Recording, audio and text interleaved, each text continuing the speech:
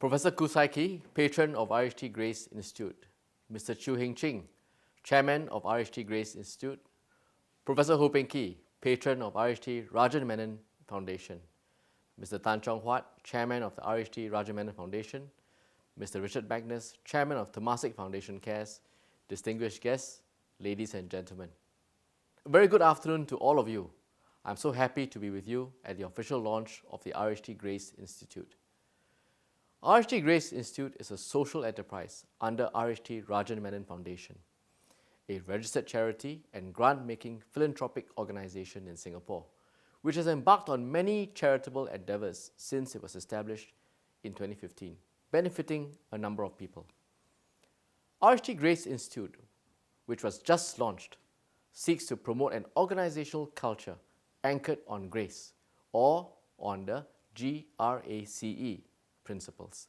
And they have a meaning behind that. They stand for governance, risk management, anti-money laundering, compliance, and ethics. And I certainly thought that this acronym is most apt given the mission of the Institute. Leaders must lead with grace to win the hearts and minds of their teams. But in today's world and context, the other grace which RHT Grace Institute advocates becomes just as important. These 5 principles form the backbone of any and every healthy organization. Like our backbone, the individual vertebrae, in this case the principles, are connected to one another. Injuries to any one part may cause damage to the whole backbone and to the organization. We have seen how the lack of these principles can lead to the demise of seemingly large and strong organizations, sometimes overnight, even if it is thought to be too big to fail, and often with devastating impact. For example, most of you would recall the series of accounting scandals in the 2000s. Enron in 2001, at that time a major electricity, natural gas, communications, and pulp and paper company with revenues of more than 100 billion, named America's most innovative company for 6 consecutive years. It went bankrupt due to an institutionalized, systemic, planned accounting fraud and corruption, almost overnight. WorldCom in 2002, at that time the US's second largest long-distance telephone company. Their senior executives orchestrated a scheme to inflate earnings in order to maintain WorldCom's stock price, and collapsed. Lehman Brothers in 2008, one of the world's largest, biggest, most successful investment banks of its time, before it filed for bankruptcy. Its executives were found to use cosmetic accounting gimmicks to make its finances appear less shaky than they really were. All of these firms were considered too big to fail. And when they did, it affected many people, their employees, their shareholders, their stakeholders, their families. It eroded trust in the entire system. And in the case of Lehman Brothers, caused the global markets to plummet, and its ripple effect can still be felt today. So the importance of these principles cannot ever be underestimated or overemphasized. They help to protect investments, jobs, and lives of people. They also enable the organization to grow. Surveys have found that investors will pay for the shares of a well-managed company as they believe that this will bring them higher rewards.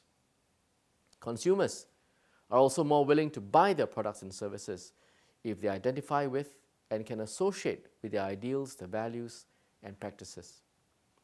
And conversely, companies can lose customers very quickly if they display poor ethical behavior. For example, a 2015 survey by market research company Mintel revealed that 56% of the US consumers would stop buying from companies they believed to be unethical. 35% would stop buying even if there were no substitutes available. And 27% would stop buying even if the competitor brand offered a lower quality product. In Singapore, the government has put in place policies, rules, and regulations over the years to support the growth of businesses as well as to protect their stakeholders. Singapore is one of the easiest places to do business in the world. We pride ourselves at that, and we continue to strive towards that. However, easy does not mean in any way that we are lax. Businesses set up in Singapore not simply because it can take a little as one day to register a company, but really because of the enormous trust in our various systems, in security, in manpower, housing, transport, education, infocom, and of course legal.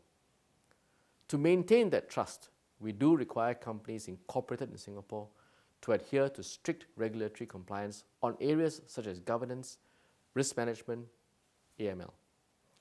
The obligations enhance transparency and accountability. They assure investors and shareholders and other companies of the prudential rigor of the company before they either decide to invest in the company or to work together.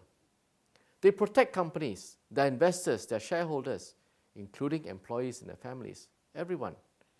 And we work closely with the business community to ensure that the regulations are not overly burdensome, they don't restrict free trade and economy, that they are flexible and nimble to adapt to changing circumstances, and we will continue to look at ways to reduce the cost of compliance while always ensuring that risks are effectively managed. Going back to my analogy of the backbone, the principles are only the framework, and the processes and systems are only the mechanisms. Indeed, as most systems go, they must go hand in hand with people. Just like how the spine is not just made up of the vertebrae, but also the muscles and tendons and nerves and other tissues to function properly. So I'm glad to see that RHT Grace Institute has leveraged technology and developed an app named FB, which means Be Ethical. Reach out to more leaders, professionals, and individuals. Connect them with one another to share experiences and best practices. It is the people who make the difference at the end of the day. They are the ones who run the systems, they build the systems, they set the policies, rules, and procedures, and ensure compliance. And everyone here today is those people. We look forward to partnering all of you as we work towards achieving grace. Once again, congratulations on the launch of the RHT Grace Institute. I hope you have a fruitful panel discussion later, come up with fruitful ideas, develop more system, share thoughts, and of course, build friendships and networks. Thank you very much, and I wish all of you a very pleasant afternoon ahead.